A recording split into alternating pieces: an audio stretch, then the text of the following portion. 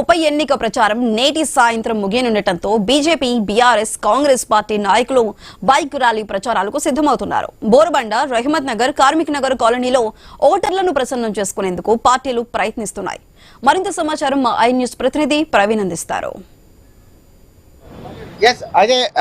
ఒక్కసారి అయితే సార్ నిన్న సీఎం చేసినటువంటి కామెంట్స్ ఏంటంటే అయితే 18,500 కోట్లు ఏవైతే వస్తున్నాయో దాని మొత్తం టోల్గా నేను ఎక్కడెక్కడ కట్టాలి అంటూ కూడా చెప్పే ఆర్ కృష్ణయ్య కూడా ఆ మొత్తం టోల్గా ఆ యొక్క చిట్టి ఆర్ కృష్ణయ్య కప్పచెప్తాను అంటున్నారు. అదే ఆర్ కృష్ణయ్య కానీ మందకృష్ణ మాదయ్య కానీ ఇద్దరు వచ్చేసి మొత్తం నెల మొత్తంలో సిఎస్కు కానీ నేను అయితే బట్టి విక్రమార్కకు కానీ నేను మొత్తం టోల్గా కూడా ఆదేశాలు జారీ చేస్తాను. ఈ యొక్క 3 నెలలు మీరే ప్రభుత్వం నడపండి అంటూ కూడా చెప్తున్నారు. ఆ కమిటీ మీద ఎలా చూడగలరు? అయితే మందకృష్ణ మాదయ్య అమాయకుడు అంటూ కూడా అంటున్నారు. అంటే అమాయకుడు అయినటువంటి మందకృష్ణ మాదిగా ఈ యొక్క బీసీ ఉద్యమాన్ని ఎలా చేస్తున్నారు? అమాయకుడని కాదు, లేకపోతే ఆర్ కృష్ణయ్య తెలుగులోని కాదు. ఆర్ కృష్ణయ్య గారు, మందకృష్ణ మాది గారు ఇద్దరు కూడా మేధావులే. కానీ పదే కామెంట్ చేస్తారు కదా ప్రభుత్వాన్ని. అయితే మనకు వచ్చే 18,500 కోట్ల బడ్జెట్ ఏది ఉన్నదో ఇలా శాలరీస్ ఇవ్వాలి, సంక్షేమ పథకాలు ఇవ్వాలి, ప్రభుత్వం నడపాలి. కాబట్టి ప్రజాధనం వచ్చేదాన్ని మనం బేస్ చేసుకోలేకపోతున్నాం. తర్వాత గతంలో 7 లక్షల కోట్ల అప్పు చేసిపోయినాడు కేసీఆర్. కాబట్టి ఈ ప్రజలలో చాలా అంటే మేము చేసే పనులలో అందరూ మాకు సపోర్ట్గా ఉన్నారు. ఈవెందో అంటే వచ్చిన దాంట్లో మనం అడ్జస్ట్ చేయాలంటే చాలా కష్టం కదా అని చెప్పి వాళ్ళకు ఒక సలహా ఇస్తున్నాడు అందరు. అదే దాని మీద వీళ్ళకి నిన్న కమెంట్ చేస్తున్నారు హరీష్ రావు కూడా.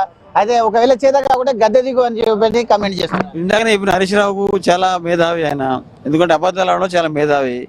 తర్వాత వాళ్ళకు వచ్చే మాటలు ఎవరికి రావు. కేసీఆర్ కానీ కేటీఆర్ హరీష్ రావు వాళ్ళకి వచ్చే మాటలు ఎవరికి రావు. ప్రభుత్వంలో కానీ బయట కానీ ఎక్కడ కానీ ప్రభుత్వంలో ఉన్నప్పుడు ఏం పని చేసారు వాళ్ళు? మరి గడుదులు కాసిరు వాళ్ళు ఏమన్నా? వాళ్ళు గడుదులు కాసిరు అంటున్నా. వాళ్ళు ప్రభుత్వంలో ఉన్నప్పుడు లేని పని ఇప్పుడు చేస్తారు. వాళ్ళు ఇప్పుడు ఏదేదో ప్రగల్భాలు మగులుతా ఉన్నారు అందరూ. ఇలా హరీష్ రావు మీ అందరికీ తెలుసు, పోయినసారి ఉన్న భారీ నీటిపారుదల శాఖ మంత్రి ఉన్నప్పుడు ఏం చేసిండు? కాళేశ్వరం కట్టేసి 7 దాదాపు 70,000 కోట్ల రూపాయలకు దాదాపు ఫ్రాడ్ చేసారు వాళ్ళంతా. 150,000 కోట్ల రూపాయలు ఇంకా బిల్లులు బకాయి ఉన్నాయి ఇప్పటిదాకా. కాళేశ్వరం బిల్లు ఇప్పటిదాకా బకాయి ఉన్నాయి ఇప్పటిదాకా, ఇంకా చూపిస్తున్నారు వాళ్ళు బిల్లులు. ఇంకా అదేమో కూలిపోయింది. ఇప్పుడు పెద్ద మాట్లాడుతూ ఉన్నాడు హరీష్ రావు. హరీష్ రావు అని తప్పుడు మాట్లాడమని వాళ్ళ అబద్ధాలు ఆడడం వాళ్ళు గ్రాడ్యుయేషన్ పుచ్చుకుని పట్ట. అయితే మరోసారి కంటోన్మెంట్ తిరిగి రాసే అవకాశం ఉందంటారు? 100% ఉంటుంది. ఇక్కడ గెలిచేది మనమే. రేపు రాబోయేది కూడా కాంగ్రెసే. ఇంకా నెక్స్ట్ గవర్నమెంట్ కాంగ్రెసే. మళ్ళీ ముఖ్యమంత్రి కూడా సీఎం రేవంత్ రెడ్డి గారు నెక్స్ట్ కూడా.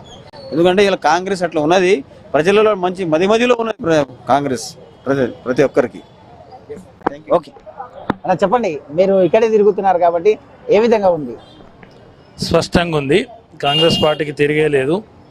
మా త్రిముఖ పోటీ అని కొంతమంది ప్రచారం చేస్తున్నంత ఏం లేదు. బీజేపీ అనేది పోటీలో లేని అంశము. ఉన్నదల్లా అసెంబ్లీలో ఉన్న పరిస్థితి ఉంది. ప్రతిపక్ష పాత్ర బీఆర్ఎస్, అధికార పార్టీ కాంగ్రెస్ అన్నట్టు ఇక్కడ కూడా జనంలో కూడా అది కాంగ్రెస్కు స్పష్టంగా కాంగ్రెస్ పార్టీ మెజార్టీ కనిపిస్తుంది. మీరు ఇప్పటిదాకా అన్నారు బీజేపీ వాళ్ళు మరి సన్న బియ్యం అంటే, సన్న బియ్యం 12 సంవత్సరాల నుండి బీజేపీ అధికారంలో ఉంది. నిన్న మొన్న కాంగ్రెస్ వచ్చినాక సెంట్రల్లో గవర్నమెంట్ ఫామ్ అయిందేం కాదు. వాళ్ళు సన్న బియ్యం ఇచ్చిన క్రెడిట్ వాళ్ళు కొట్టాలనుకుంటే కాంగ్రెస్ 2 సంవత్సరాల క్రితం రాకముందుకే ఇచ్చి కొడితే వాళ్ళు ఏమైనా సన్న బియ్యం మీద అడిగి హక్కుంటుండే. వాళ్ళకి ఎంతసేపు మతాలు, గుళ్ళు, గోపురాల మీద గొడవలు సృష్టించడం తప్ప, ఇంకో రెచ్చగొట్టే ప్రసంగాలు తప్ప చెప్పుకోవడానికి ఏమాత్రం బీజేపీకి లేదు. ఇక మిగిలింది ప్రతిపక్షమైన బీఆర్ఎస్కి ఉంది. ప్రతిపక్షం ఏంటంటే మొరిసే కుక్క కరగదు, కరిసే కుక్క మొరగదు. పదే ఒక ఏంటంటే హరీష్ రావు, కేటీఆర్ వీళ్ళు చేస్తున్నాయి ఏంటంటే ఖచ్చితంగా ఏదో రకమైన రెచ్చగొట్టుడు ఇవి చేయడమే తప్ప ఎక్కడ కూడా జనాల గురించి పట్టించుకునే లేదు. మరి బాకీ కార్డు లాంటివి తీసి వాళ్ళు డోర్ల చుట్టూ చేసినా వాళ్ళు తాత్కాలికంగా 2-3 మిగిలిపోయిన హామీలతోటి తీయవచ్చు తప్ప కానీ మరి వాళ్ళు గత సంవత్సరంలో 10 సంవత్సరాలలో నిరుద్యోగ భృతి ఇస్తామని ఎన్నికల మేనిఫెస్టోలో కలర్ మేనిఫెస్టోలో పెట్టి నమస్తే తెలంగాణ లాంటి పేపర్లలో ఉన్నత స్థానం మొదటి పేజీలో పేపర్ యాడ్స్ ఇచ్చి రకరకాలు చేశారు. మరి ప్రభుత్వం కూడా అర్థంతరంగా కూలిపోలేదు. పూర్తి సమయం పాలించారు. గత 10 సంవత్సరాలు పాలించినా కూడా నిరుద్యోగ భృతి హామీ అమలు కాలేదు. మరి యూనివర్సిటీలలో యూనివర్సిటీ విద్యా వ్యవస్థను పూర్తిగా అల్లకొల్లాలని చేశారు. చదువు తినడానికి తిండి లేదు, ఉండడానికి హాస్టల్ లేవు. ఫీజు రియంబర్స్మెంట్స్ గురించి కూడా నిన్న కొంత పెద్ద మనిషి మాట్లాడుతుంటే విన్నాను. ఫీజు రియంబర్స్మెంట్ 1000 కోట్లు 1,00,000 కోట్లలో మీరు బాకీలు పెట్టిపోయిందే మీ ప్రభుత్వం చేసిన అప్పు తీర్పడానికే మాకు సమయం పట్టింది. చేసిపోయిన మీరు ఏంటంటే మేడిపండు టైపు మీద ఏదో అధికారికంగా ఉన్నట్టు చేసి మా గత 4 సంవత్సరాల మీ ప్రభుత్వం కోల్పోయే 4 సంవత్సరాల ముందు నుండే తెలంగాణ ఆర్థిక వ్యవస్థను అప్పుల కుప్పలుగా తయారు చేశారు. అప్పుల కుప్పలుగా తయారు చేసిన ఆర్థిక వ్యవస్థను తిరిగి రేవంత్ రెడ్డి చెప్తే ఇలా చాతగానితనం.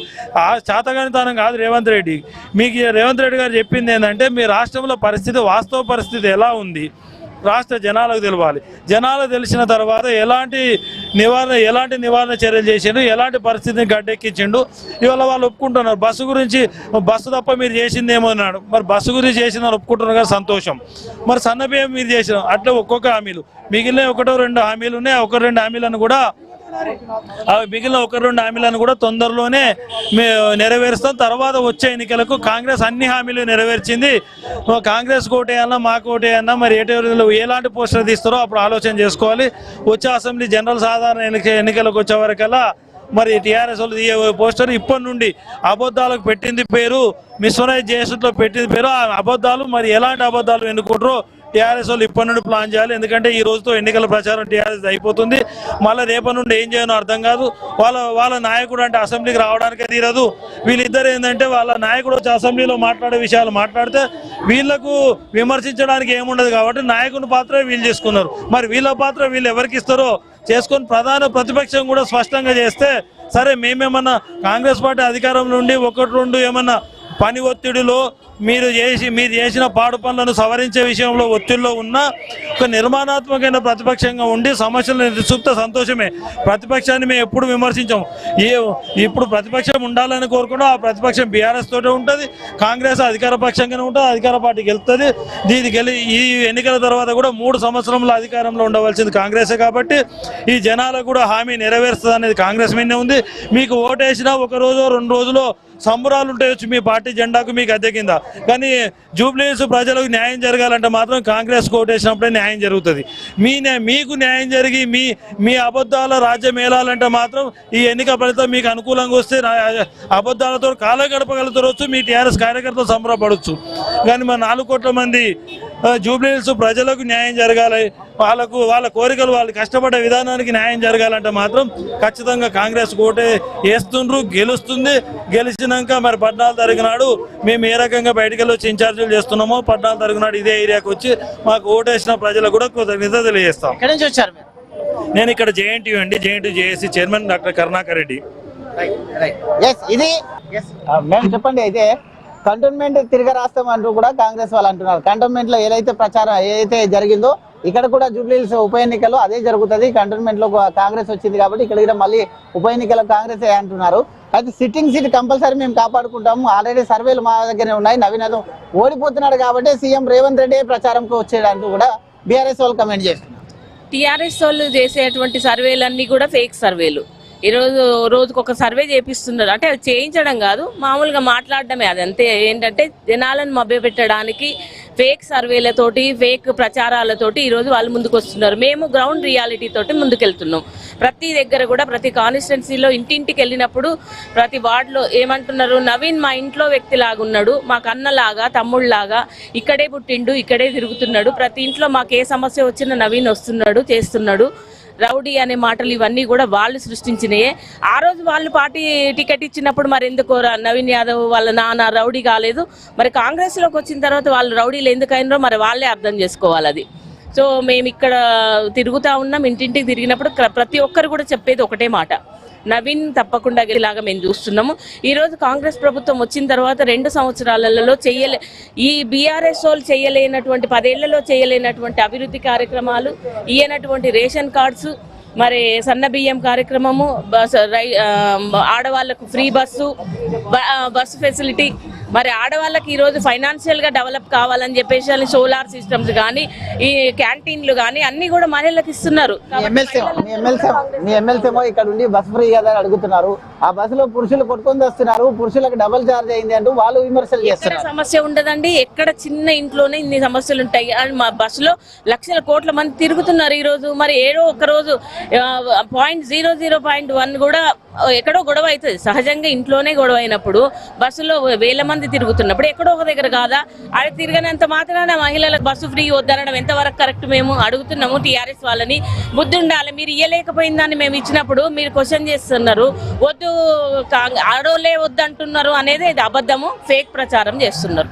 అయితే అన్న చెప్పండి, అయితే కొన్ని సందర్భాల్లో మొన్న ప్రచారంకి వెళ్ళినప్పుడు మీ మంత్రులే మొత్తం రోజులుగా కూడా అక్కడి నుంచి వెళ్ళిపోయినటువంటి సామాన్యులు ప్రశ్నిస్తే మంత్రులు వెళ్ళిపోయినటువంటి పరిస్థితి. 2500 మహిళలకు ఇస్తామన్నారు, స్కూటీలు ఇస్తామన్నారు, అవి ఎక్కడ పోయినాయి అని అడుగుతున్నారు. 100 రోజుల్లోనే మీరు 6 గ్యారెంటీలు చేస్తామన్నారు. 100 రోజులు కాదు కదా, 18 నెలలు అయిపోయింది, మరి ఏమైంది అని అడుగుతున్నారు. వాళ్ళు అవే దాన్ని తీసుకొని ప్రజల్లోకి వెళ్తున్నారు. మరి మీరెట్లా, మీరు చూసినటువంటి రహమత్ నగర్ డివిజన్లో చూసినటువంటి మీరు ఎలా పోతున్నారు? ఈ రహమత్ నగర్లో గతంలో నేను 15-20 సంవత్సరాల క్రితం ఈ ప్రాంతంలో ఉన్నాను. నేను అంటే డాక్టర్గా పనిచేస్తున్నప్పుడు ఇక్కడ ఉన్నాను. ఆ రోజు ఎట్లయితే రహమత్ నగర్ ఉన్నదో గత 10 సంవత్సరాల కాలంలో కూడా ఇక్కడ తీసి అక్కడ పెట్టని పరిస్థితి. ఎంత బ్యాక్వర్డ్ ఉందో మన చుట్టూ ఏరియాని పరిశీలిస్తే చూస్తుంది. అయితే కేసీఆర్ గారు కానీ, కేటీఆర్ గారు కానీ, మాగంటి గోపీనాథ్ గారు కానీ ఈ ఏరియా పేరు చెప్పేసి, ఉద్యమం పేరు చెప్పేసి పదవులు అయితే అనుభవించారు, కానీ ప్రజలను పట్టించుకున్న పాపాన పోలేదు. ఈరోజు మన రాష్ట్రానికి ఇద్దరు, అంటే అధికార పార్టీ నాయకుడు రేవంత్ రెడ్డి గారు, ఆరు ప్రతిపక్ష నాయకుడు కేసీఆర్ గారు కనీసం అంటే మంచం నుండి లేవలేని పరిస్థితి. ఆ రోజు లేవలేదు, ఈ రోజు లేవలేదు. అంటే ఇప్పుడు కొన్ని గ్యారంటీల విషయంలో 100% కాకపోయినా మేము చెప్పిన మాట ప్రకారం ప్రతిదీ కూడా, చెప్పని విషయాలు కూడా, సన్న బియ్యం ఇస్తామని చెప్పేసి మేము ఆ రోజు చెప్పలేదు. స్కూటీ కూడా ఖచ్చితంగా ఆడబిడ్డలకు తప్పకుండా ఇస్తాము. ఇంకా మా ఏమైనా గ్యారంటీలు మేము చెప్పినవి ఒకవేళ అందకపోతే ఖచ్చితంగా మేము అందించే కార్యక్రమం చేస్తూ ఉన్నాం. పూర్తిగా 100% పారదర్శకమైన పాలన రేవంత్ రెడ్డి గారిది. అత్యుత్సాహంతో కాని మాటలు, అంటే వీధి జనాలు కూడా మాట్లాడలేని భాషలో కేటీఆర్ గారు మాట్లాడుతూ ఉన్నారు. వారు అసలు ఎందుకు అంత పరిగెత్తుకుంటూ మాట్లాడుతున్నారో మాకు అర్థం కావట్లేదు. ప్రజలు కూడా ప్రజాస్వామ్యాన్ని గమనిస్తూ ఉన్నారు. ఇది కాంగ్రెస్ జమానా, ఇప్పుడు నడుస్తున్నది కాంగ్రెస్ జమానా. కేసీఆర్ కానీ కేటీఆర్ కానీ ఎన్ని గింగరాలు కొట్టినా సరే ఈ జూబ్లీ హిల్సే కాదు, ఎక్కడ కూడా వాళ్ళు అసలు రాజకీయంలో నిలబడలేని పరిస్థితి. అదే ఒక్కసారి అయితే సార్ నిన్న సీఎం చేసినటువంటి కామెంట్స్ ఏంటంటే అయితే 18,500 కోట్లు ఏవైతే వస్తున్నాయో దాని మొత్తం టోల్గా నేను ఎక్కడెక్కడ కట్టాలి అంటూ కూడా చెప్పేది. ఆర్ కృష్ణయ్య కూడా ఆ మొత్తం టోల్గా ఆ యొక్క చిట్టి ఆర్ కృష్ణయ్య కప్పచెప్తాను అంటున్నారు. అదే ఆర్ కృష్ణయ్య కానీ మందకృష్ణ మాదయ్య కానీ ఇద్దరు వచ్చేసి మొత్తం నెల మొత్తం సిఎస్కు కానీ నేను అయితే బట్టి విక్రమార్క కానీ నేను మొత్తం టోల్గా కూడా ఆదేశాలు జారీ చేస్తాను. ఈ యొక్క 3 నెలలు మీరే ప్రభుత్వం నడపండి అంటూ కూడా చెప్తున్నారు. ఆ కమెంట్ మీద ఎలా చూడగలరు? అయితే మందకృష్ణ మాదయ్య అమాయకుడు అంటూ కూడా అంటున్నారు. అంటే అమాయకుడు అయినటువంటి మందకృష్ణ మాదిగ ఈ యొక్క బీసీ ఉద్యమాన్ని ఎలా చేస్తున్నారు? అమాయకుడని కాదు, లేకపోతే ఆర్ కృష్ణయ్య తెలుగులో కాదు. ఆర్ కృష్ణయ్య గారు, మందకృష్ణ మాది గారు ఇద్దరు కూడా మేధావులే, కానీ పదే కామెంట్ చేస్తారు కదా ప్రభుత్వాన్ని. అయితే మనకు వచ్చే 18,500 కోట్ల బడ్జెట్ ఏది ఉన్నదో ఇలా శాలరీస్ ఇవ్వాలి, సంక్షేమ పథకాలు ఇవ్వాలి, ప్రభుత్వం నడపాలి. కాబట్టి ప్రజాధనం వచ్చేదాన్ని మనం బేస్ చేసుకోలేకపోతున్నాం. తర్వాత గతంలో 7 లక్షల కోట్ల అప్పు చేసిపోయినాడు కేసీఆర్. కాబట్టి ఈ ప్రజలలో చాలా, అంటే మేము చేసే పనులలో అందరూ మాకు సపోర్ట్గా ఉన్నారు. ఈవెన్ దో అంటే వచ్చిన దానిలో మనం అడ్జస్ట్ చేయాలంటే చాలా కష్టం కదా అని చెప్పి వాళ్ళకు ఒక సలహా ఇస్తున్నాడు అందరు. చెప్పండి, మీరు ఇక్కడే తిరుగుతున్నారు కాబట్టి ఏ విధంగా ఉంది? స్పష్టంగా ఉంది, కాంగ్రెస్ పార్టీకి తిరిగే లేదు. మా త్రిముఖ పోటీ అని కొంతమంది ప్రచారం చేస్తున్నంత ఏం లేదు. బీజేపీ అనేది పోటీలో లేని అంశము. ఉన్నదల్లా అసెంబ్లీలో ఉన్న పరిస్థితి ఉంది. ప్రతిపక్ష పాత్ర బీఆర్ఎస్, అధికార పార్టీ కాంగ్రెస్ అన్నట్టు ఇక్కడ కూడా జనంలో కూడా అది కాంగ్రెస్కు స్పష్టంగా కాంగ్రెస్ పార్టీ మెజార్టీ కనిపిస్తుంది. మీరు ఇప్పటిదాకా అన్నారు బీజేపీ వాళ్ళు మరి సన్న బియ్యం అంటే, సన్న బియ్యం 12 సంవత్సరాల నుండి బీజేపీ అధికారంలో ఉంది. నిన్న మొన్న కాంగ్రెస్ వచ్చినాక సెంట్రల్లో గవర్నమెంట్ ఫామ్ అయిందేం కాదు. వాళ్ళు సన్న బియ్యం ఇచ్చిన క్రెడిట్ వాళ్ళు కొట్టాలనుకుంటే కాంగ్రెస్ 2 సంవత్సరాల క్రితం రాకముందుకే ఇచ్చి కొడితే వాళ్ళు ఏమన్నా సన్న బియ్యం మీద అడిగి హక్కుంటుండే. వాళ్ళకి ఎంతసేపు మతాలు, గుళ్ళు, గోపురాల మీద గొడవలు సృష్టించడం తప్ప, ఇంకో రెచ్చగొట్టే ప్రసంగాలు తప్ప చెప్పుకోవడానికి ఏమాత్రం బీజేపీకి లేదు. ఇక మిగిలింది ప్రతిపక్షమైన బీఆర్ఎస్కి ఉంది. ప్రతిపక్షం ఏంటంటే మొరిసే కుక్క కరగదు, కరిసే కుక్క మొరగదు. పదే ఒక ఏంటంటే హరీష్ రావు, కేటీఆర్ వీళ్ళు చేస్తున్న ఏంటి అంటే ఖచ్చితంగా ఏదో రకమైన రెచ్చగొట్టుడు ఇవి చేయడమే తప్ప ఎక్కడ కూడా జనాల గురించి పట్టించుకునే లేదు. మరి బాకీ కార్డు లాంటివి తీసి వాళ్ళు డోర్ల చుట్టూ చేసినా వాళ్ళు తాత్కాలికంగా 2, 3 మిగిలిపోయిన హామీలతోటి తీయవచ్చు తప్ప కానీ మరి వాళ్ళు గత సంవత్సరంలో 10 సంవత్సరాలలో నిరుద్యోగ భృతి ఇస్తామని ఎన్నికల మేనిఫెస్టోలో కలర్ మేనిఫెస్టోలో పెట్టి నమస్తే తెలంగాణ లాంటి పేపర్లలో ఉన్నత స్థానం మొదటి పేజీలో పేపర్ యాడ్స్ ఇచ్చి రకరకాలు చేశారు. మరి ప్రభుత్వం కూడా అర్థంతరంగా కూలిపోలేదు. పూర్తి సమయం పాలించారు. గత 10 సంవత్సరాలు పాలించినా కూడా నిరుద్యోగ భృతి హామీ అమలు కాలేదు. మరి యూనివర్సిటీలలో యూనివర్సిటీ విద్యా వ్యవస్థను పూర్తిగా అల్లకొల్లాలని చేశారు. చదువు తినడానికి తిండి లేదు, ఉండడానికి హాస్టల్ లేవు. ఫీజు రియంబర్స్మెంట్స్ గురించి కూడా నిన్న కొంత పెద్ద మనిషి మాట్లాడుతుంటే విన్నాను. ఫీజు రియంబర్స్మెంట్ 1000 కోట్లు 1,00,000 కోట్లలో మీరు బాకీలు పెట్టిపోయిందే మీ ప్రభుత్వం చేసిన అప్పు తీర్పడానికే మాకు సమయం పట్టింది.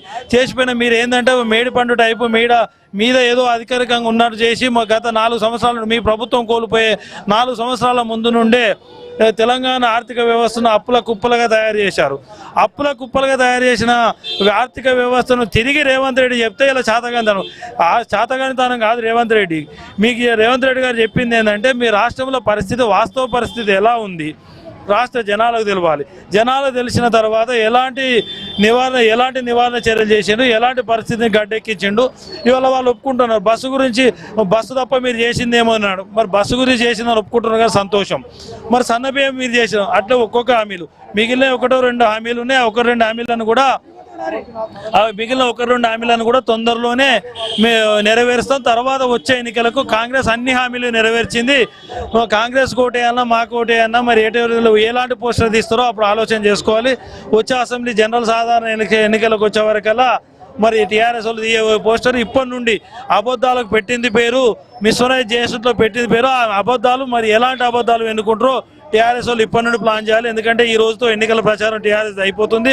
మళ్ళీ రేపటి నుండి ఏం చేయనో అర్థం కాదు. వాళ్ళ నాయకుడు అంటే అసెంబ్లీకి రావడానికే తీరదు.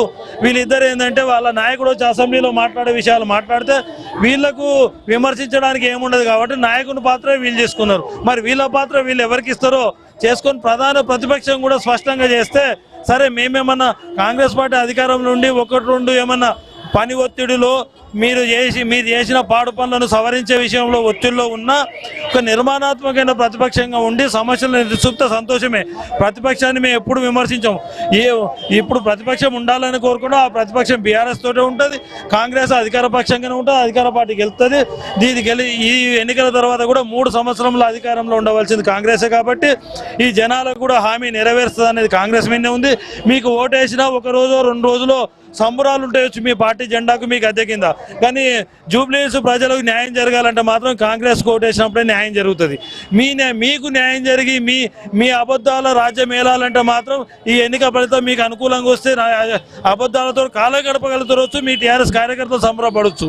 కానీ మన 4 కోట్ల మంది జూబ్లీహిల్స్ ప్రజలకు న్యాయం జరగాలి, వాళ్ళ కోరికలు వాళ్ళు కష్టపడే విధానానికి న్యాయం జరగాలంటే మాత్రం ఖచ్చితంగా కాంగ్రెస్ కోటే వేస్తుండ్రు, గెలుస్తుంది. గెలిచినాక మరి 14 తారీఖు నాడు మేము ఏ రకంగా బయటికి వచ్చి ఇన్ఛార్జీలు చేస్తున్నామో 14 తారీఖు నాడు ఇదే ఏరియాకి వచ్చి మాకు ఓటేసిన ప్రజలకు కూడా కృతజ్ఞత తెలియజేస్తాం. జూబ్లీహిల్స్ ఉప ఎన్నికలు మొత్తం వేడిగా కొనసాగుతున్నాయి. ఈ రోజులతో ప్రచారం ముగియడంతో ప్రధాన పార్టీలు మొత్తంగా కూడా వ్యూహాలను మార్చేందుకు సిద్ధమవుతున్నాయి. వీడియో జర్నలిస్ట్ రవితేజతో ప్రవీణ్, ఐ న్యూస్, హైదరాబాద్.